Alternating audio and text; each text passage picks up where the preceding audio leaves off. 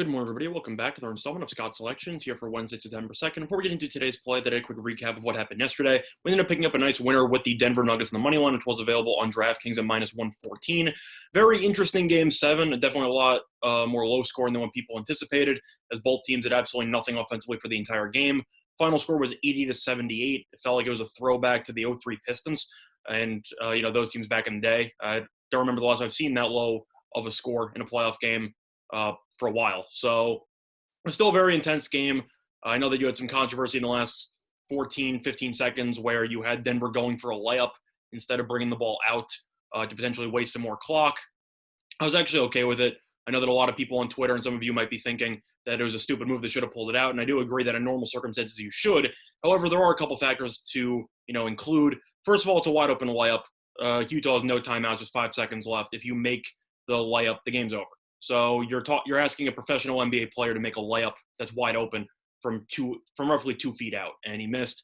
Plus, people are thinking, oh yeah, well Denver could have stalled and gotten to the line. That's true, except for the fact that Denver wasn't in the bonus yet, which means that Utah would have had to foul them. Then they would have potentially had to throw an inbound pass in against Gobert guarding the inbounder, and a lot can go wrong there. Plus, Utah was in the bonus. They have a potential of a loose ball foul, etc. A lot of craziness could happen. I was fine with them going for the layup, unfortunately. For the Nuggets, in the end, was that, Craig completely butchered the layup, but that's a separate story. Either way, we ended up picking up a winner with the Nuggets. I know on Twitter I also gave out a quarter unit play on the game to go to overtime, which was available on 13-1 on FanDuel. It didn't win, but that was a hell of a deal at 13-1, especially for the way that game turned out. But anyway, Denver is going to face the Clippers in the second round. Good luck to them. I think they're probably going to get destroyed, but either or. We'll see what happens there. But for the play of the day, we're going to be looking at the NBA now. You have similar to lead to yesterday. You have one Game 7 and one Game 2. The Game 2 obviously being the earlier game before they kick off the Game 7 between the Thunder and the Rockets. So we're actually going to be talking about the Game 2 in this one. So if you're looking for a Game 7 again, and my thoughts on that, I'm personally going to pass. I'm not really that interested from a betting perspective. But for the play of the day, we're going to be looking at the Heat and the Bucks. And the play of the day is going to be on the total. And we're going to be taking the under, which is available at 221.5 at minus 112 on DraftKings. Now, first of all, shopping around, FanDuel has 221 even.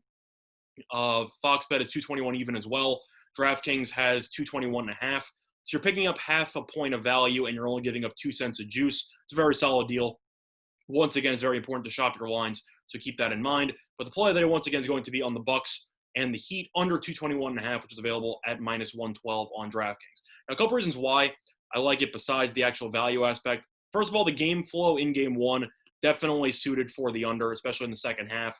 I know you had 69 points in the first quarter, which a lot of people didn't really expect to have happen.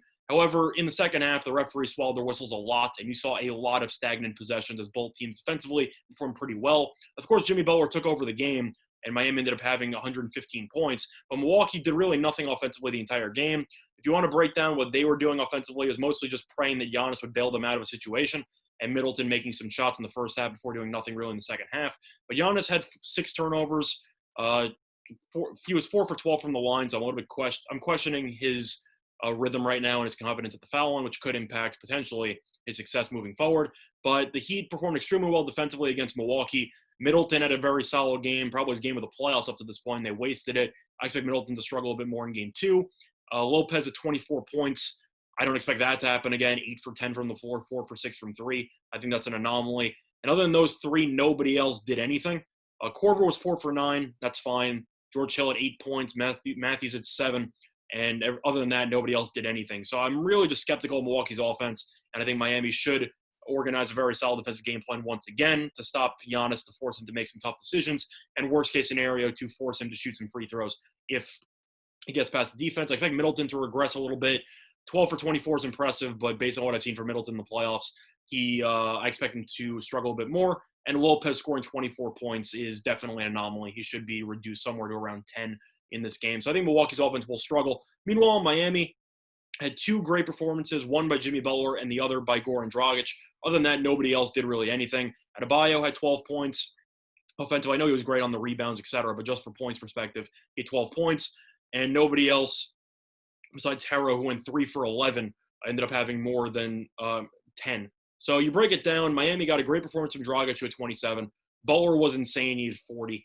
And other than that, really nobody else did anything. So it's kind of similar for both teams where they're relying heavily on 2 or 3 guys to carry the bulk of the offensive load. And I think that's a slippery slope when it comes to points, especially on what we've seen from the last couple of games in the NBA. Now, I know you might be wondering, well, how much do other series play a factor in this series? And my point there is not much for the grand scheme of things, but for refereeing, I think it plays a huge factor. And as of what you've seen in the last couple of games with the Celtics game, as well as the Nuggets game, and even the Heat game 1, the referees late in the games, or even the entire Denver game, were just letting people get away with murder, basically. Same thing with the Celtics and Raptors, with the exception of some flopping in the middle between Smart and Lowry, which was pretty painful to watch. But the referees have been swallowing the whistles a lot more. They're kind of letting players play through contact more, which definitely bodes well for the under. And you saw how far off the totals were in yesterday's card. To completely break it down, yesterday's totals went under by at least 20 points both games. So the totals seem to be a bit off, and I think this game should finish somewhere in the 210s. So I think that this total is a bit high, especially with the way the games have been refereed lately. So once again, the play of the day for Wednesday, September 2nd is going to be on the Heat and Bucks under 221.5, which is available on DraftKings at -112. This one should drop probably to around 218, give or take. So I think you're getting a pretty solid deal. But other than that, though, that's going to be the installment of Scott Selections here for September 2nd. Good luck to all of you and your respective bets today. Bye, everyone.